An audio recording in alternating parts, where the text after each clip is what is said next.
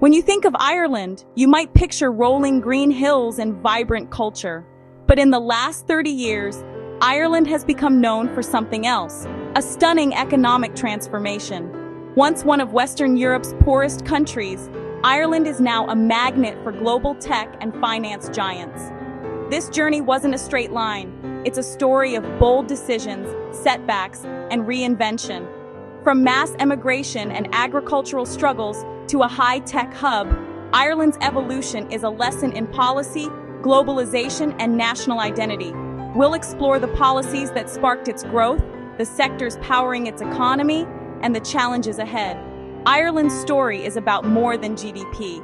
It's about a nation's ongoing transformation. Let's trace how Ireland went from losing its brightest minds to attracting talent from around the world. After independence in 1922, Ireland's leaders tried to build a self-sufficient economy, shielding local industries with high tariffs. The goal was to break free from British economic dominance and foster homegrown prosperity. But protectionism led to stagnation. Domestic industries struggled to compete, innovation lagged, and the small market limited growth. Jobs were scarce, wages low, and emigration soared as young people left for better opportunities abroad. By the 1950s, Ireland faced a national crisis, unemployment, despair, and a devastating brain drain. The failure of protectionism forced a national reckoning. Policymakers realized Ireland couldn't survive in isolation. The pain of stagnation and mass emigration created consensus. Ireland had to open up to the world. This bleak period set the stage for radical change. Leaders began questioning old assumptions and searching for a new path. The decision to embrace openness would become the most consequential in modern Irish history. Ireland was ready to reinvent itself. The turning point came in 1958 with T.K. Whitaker's economic development paper. It called for abandoning protectionism, embracing free trade, and actively courting foreign investment, a revolutionary shift. Under Taoiseach Lemass, Ireland lowered trade barriers and created the Industrial Development Authority to attract global companies. Powerful incentives, like a zero-tax policy on export profits, laid the groundwork for today's low corporate tax rate.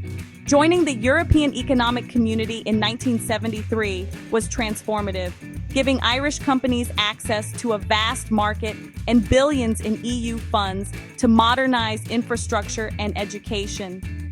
American firms in pharmaceuticals and engineering began arriving, drawn by tax breaks, market access, and a skilled English-speaking workforce. The 1980s were still tough, but the building blocks for future success were in place. The seeds of the Celtic Tiger were sown. Ireland was evolving from a rural outpost to a launchpad for global business. By the mid-1990s, Ireland's economy exploded in growth, the era of the Celtic Tiger. From 1995 to 2000, GDP soared nearly 10% per year, reversing decades of emigration as people returned and immigrants arrived for booming jobs. Cities transformed, construction boomed, and Ireland became a magnet for global tech and pharma giants. The 12.5% corporate tax rate, EU membership, and a young, educated workforce made Ireland the top choice for American companies' European headquarters. Intel, Microsoft, Google, Facebook, and Apple all set up major operations, turning Dublin's Grand Canal Dock into Silicon Docks.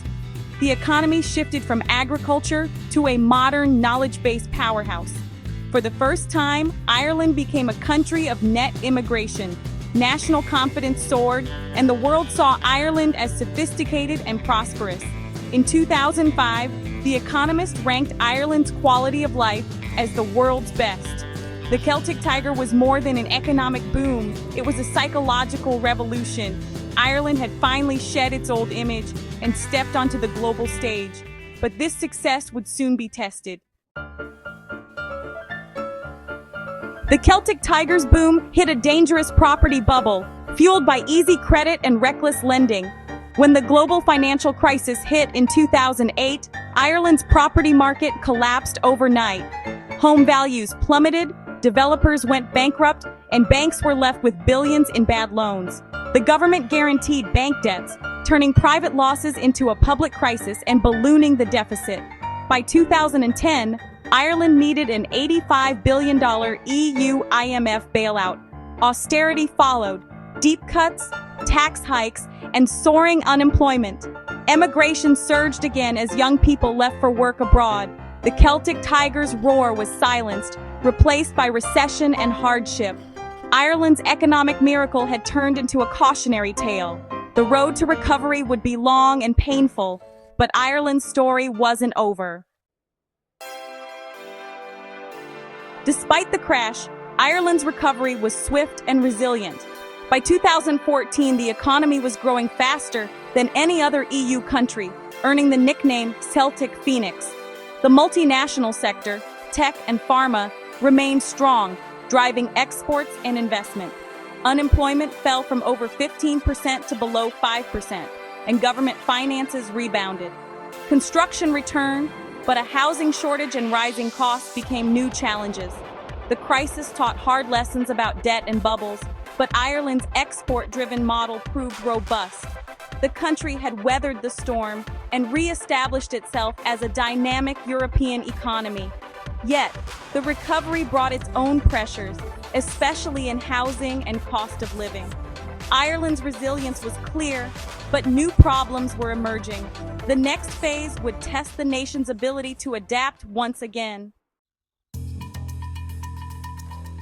Today, Ireland's economy stands on powerful pillars: technology, life sciences, finance, and agri-food. Dublin's Silicon Docks hosts European headquarters for Google, Meta, Apple, Microsoft, and Amazon, attracting global tech talent. The pharmaceutical and medical technology sectors are major exporters, with 9 of the world's top 10 pharma companies operating in Ireland. Aircraft leasing is another niche where Ireland leads, managing 40% of the world's leased commercial aircraft. The International Financial Services Centre in Dublin cements Ireland's role in global finance. Meanwhile, the agri-food industry remains vital, especially in rural areas, with Irish beef and dairy renowned worldwide. This blend of high-tech and traditional sectors defines Ireland's unique economic character. The country's success is built on diversity, innovation, and global integration. But these strengths also bring new challenges. Ireland's economic model is both admired and scrutinized. Ireland's 12.5% corporate tax rate has been its main tool for attracting foreign investment. This policy brought global giants and high-skilled jobs, but also controversy. Critics call Ireland a tax haven, accusing it of enabling profit shifting and aggressive tax avoidance. Multinational profits can distort economic statistics, as seen in the infamous leprechaun economics spike in 2015. To address this, Ireland created a new measure, modified GNI, to better reflect real economic activity. Now, global pressure is forcing change. Ireland has agreed to a 15% minimum corporate tax rate. The era of relying solely on low taxes is ending. Ireland must compete on talent, innovation, and stability. The future will test whether its economic model can adapt. The world is watching Ireland's next move. In 2026, Ireland's journey from agricultural backwater to global powerhouse is remarkable. The export-driven model has delivered prosperity, but new challenges loom. The global minimum tax erodes Ireland's key advantage, forcing it to compete on more than just tax rates. Heavy reliance on a few multinationals is a vulnerability if they scale back. Domestically, a severe housing crisis and high living costs threaten Ireland's appeal. Inequality between multinational and domestic sectors is growing. The government must address housing, inflation, and fairer prosperity. Ireland's history is one of adaptation, from protectionism to globalization, from crisis to recovery. Now it must adapt again to global tax reform and domestic pressures. The next decade demands foresight, agility, and resilience. Ireland's challenge: build a more sustainable, equitable economy for all its citizens.